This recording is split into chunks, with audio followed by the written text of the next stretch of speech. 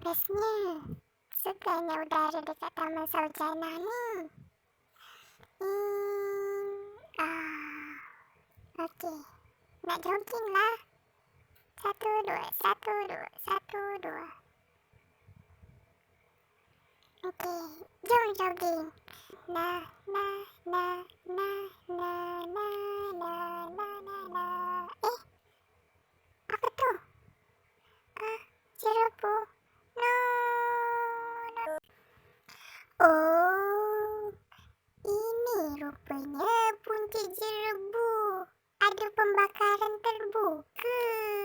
Ish, ish, ish. Ish. Apa ni? Tak freshnya udara. Pakai mask lah. Ish, ish, ish.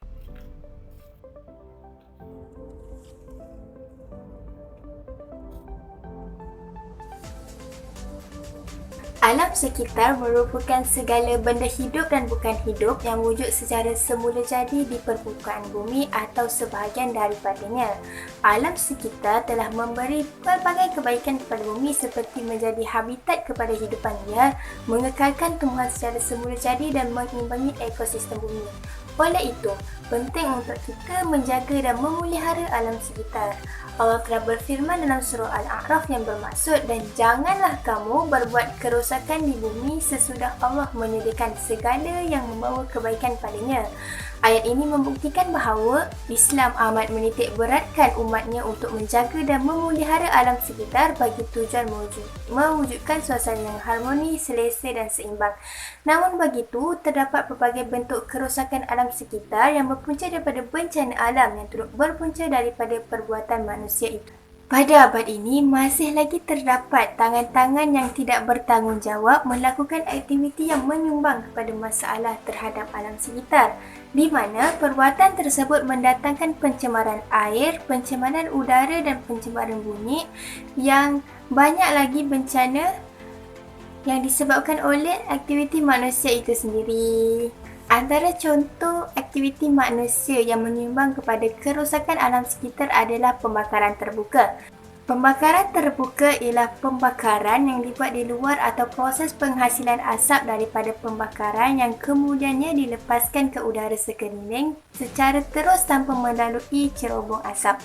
Ianya sering berlaku di kawasan tapak pelupusan sampah, sisa pepecah di kawasan industri, tapak pembinaan dan sisa perladangan, sisa kebun serta pembakaran di hutan simpan. Antara contoh kes pembakaran terbuka pertama, pada tahun 2018, Malaysia alami jerebu akibat pembakaran terbuka di Kalimantan. Malaysia pernah mengalami keadaan jerebu melebihi paras 140 indeks pencemaran udara di sesetengah negeri akibat pembakaran terbuka yang berlaku di Sumatera dan Kalimantan, Indonesia. Memburukkan keadaan apabila angin monsun barat daya yang bertiup menghala semenanjung menyebabkan keadaan itu dijangka berlarutan dalam tempoh sebulan. Walau bagaimanapun, bergantung pada arah tiupan angin dan taburan hujan. Yang kedua, berita harian online pada 9 November 2020 yang bertajuk 269 hektar hutan simpan kekal Selangor terbakar akibat pelbagai faktor sepanjang tempoh 2018 hingga 2020. Pengerusi Jawatan Kuasa Tetap Pelancongan, Alam Sekitar dan Teknologi Hijau serta Hal Ehwal Orang Asli Negeri Hei Liu Xiang berkata, kebakaran pada tahun ini membabitkan keluasan 160 hektar meliputi beberapa kompartmen hutan simpan Kuala Langat Selatan. Menjelaskan lanjut, Liu Xiang berkata, kebakaran dalam tempoh 3 tahun itu membabitkan perbezaan keluasan dan ketara berikutan pelbagai faktor. Antaranya, beliau berkata, cuaca panas dan kering yang sepanjang akibat fenomena El Nino serta pengurusan hidrologi yang kurang cekap. Selain itu, Katanya, aktiviti pembersihan tanah bagi tujuan pertanian menerusi kaedah pembakaran terbuka yang menyebabkan risiko api merebak ke kawasan hutan simpan kekal. Kesan yang timbul akibat daripada masalah pembakaran terbuka adalah pertama, penyebab utama berlakunya pencemaran udara.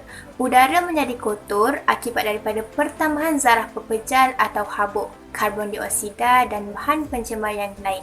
Kedua, kualiti udara merosot boleh mengundang kepada persekitaran berjerebu. Ketiga, mengurangkan jarak penglihatan yang boleh membahayakan pengguna jalan raya, pesawat penerbangan dan juga kapal-kapal. Kesan yang keempat, boleh menyumbang kepada masalah kesihatan seperti asma, radang paru-paru, alahan dan juga sesak nafas kepada semua lapisan masyarakat. Yang kelima, boleh menyebabkan kemusnahan hutan dan juga kepelbagaian biologi, menjejaskan flora dan fauna, lebih-lebih lagi haiwan kehilangan habitat mereka dan juga kemerosotan di dalam industri pelancongan negara. Tindakan atau langkah bagi menyelesaikan masalah pembakaran terbuka pertama adalah kuatkuasa undang-undang. Sejak 1998, Jabatan Alam Sekitar melancarkan operasi mencegah kebakaran terbuka atau OPS bakar di seluruh negara. Akta Kualiti Alam Sekitar 1974 sememangnya hukuman yang boleh dikenakan terhadap pesalah adalah berat, iaitu denda maksimum RM500,000 atau penjara sehingga 5 tahun atau kedua-duanya serta kompaun maksimum RM2,000. Undang-undang yang ada boleh dikuatkuasakan lagi kerana masih ramai individu mengambil ringan akan akta yang sedia ada ini. Langkah yang kedua adalah dengan mengadakan kempen alam sekitar. Kempen dilakukan pada peringkat sekolah yang mensasarkan para pelajar sebagai pendedahan awal kepada mereka untuk menyebarkan kesedaran.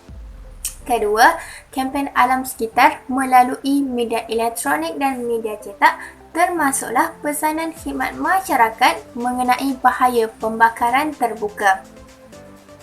Langkah yang ketiga adalah dengan pendidikan formal ataupun pendidikan tidak formal. Pendidikan formal di sekolah diberikan kepada para pelajar agar mereka dapat pendedahan tentang aktiviti yang mengundang kemusnahan alam sekitar. Pendidikan tidak formal pula boleh diberikan apabila ibu bapa mengajar atau memberitahu anak-anak mengenai penjagaan alam sekitar adalah tanggungjawab bersama. Antara saranan kepada masyarakat dan pihak yang lain bagi mengelakkan isu pembakaran terbuka daripada berleluasa, pertama dengan sampah sarap organik seperti makanan ditanam dan direputkan untuk dijadikan baja. Bagi mengelakkan pembakaran yang tidak disengajakan, kita perlu memastikan api dipadamkan sebelum membuang punting rokok, khususnya kepada para perokok. Seterusnya, sisa-sisa pertanian, cantasan pokok, ranting-ranting di ladang dan di kebun direputkan sebagai baja semula jadi. Tidak dilupakan amalan kitar semula di rumah dan juga pupuk rasa cinta dan sayang terhadap alam sekitar serta sifat bersyukur dalam diri kerana setiap kehidupan saling bergantungan antara satu sama lain. Yang ketujuh, laporkan kepada pihak berkuasa sekiranya ada berlaku pembakaran terbuka. Boleh menghubungi nombor yang tertera untuk membuat sebarang laporan. Sebagai kesimpulan mengenai pembakaran terbuka adalah pembakaran terbuka ini adalah merupakan salah satu punca yang menyumbang kepada berlakunya pencemaran alam sekitar, iaitu pencemaran udara. Ianya lebih memberi impak yang sangat besar kepada Kualiti udara terutamanya. Aktiviti ini perlu dibendung daripada terus berleluasa agar manusia, tumbuhan dan haiwan dapat hidup dengan selamat dan tidak terancam.